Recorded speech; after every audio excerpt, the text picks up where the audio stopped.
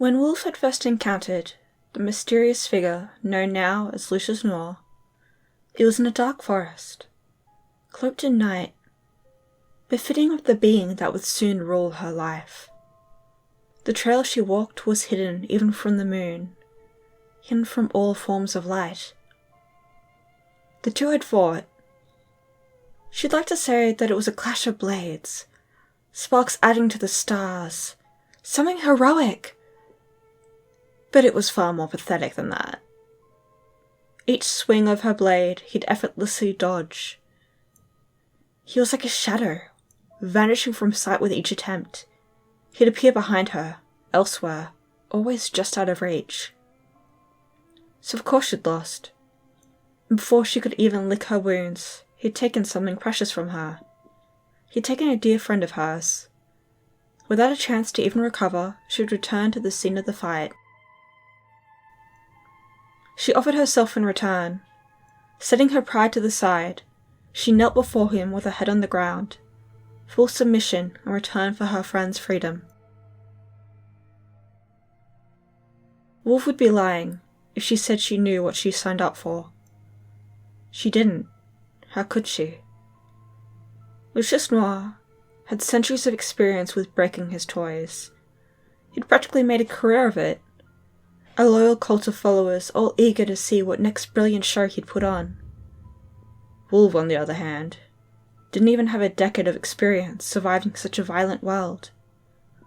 The past year alone had destroyed her, teaching her that adventures were exhausting and painful, that life was fleeting, that people could die, and no amount of magic could bring them back. There was no way for her to even predict what lengths her captor would go to, how far he'd push her, how far he'd test her limits. He delighted in playing with her in the most wicked of ways. He wanted to see how far she'd bend before she'd break, fold, give in. Things were ever escalating.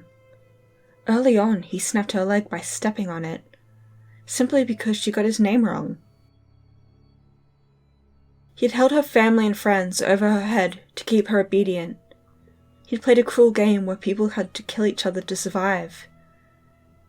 It never got better. It only got worse and worse. One day it escalated to throwing glass in her eye. It still ached from time to time, despite him fixing it. But tonight he went above and beyond. Another sharp stab, the feeling of a needle piercing her skin, thread weaving in and out. She knew if she moved or fussed, the skin would tear. But it felt like she'd been sitting in this awkward position for hours. Maybe she had. He certainly took his time with whatever he was doing to her back and arms. It left her feeling stiff. But she knew. She knew the second she lifted her arms, it would all come undone. It'd rip her flesh apart. And this time, she didn't have a healer to patch her up. Maybe that was the point. Lucius wanted her to be just like the Forsaken, just like his mindless army of drones. Obedient, submissive, loyal. That's what kept her from giving in, though. The thought of bowing down to him again made her sick. Another stab, another stitch.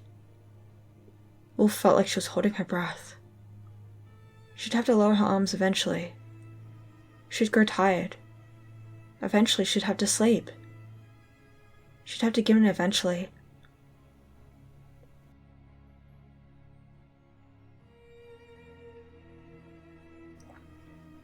That's it for today's video. Stay safe, stay kind, and stay creative.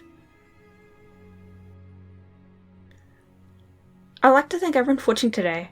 I try to post every Tuesday and Friday at 2 AM Australian Eastern Daylight Time, or 9 AM Central Standard Time. If you liked the video, please leave a like.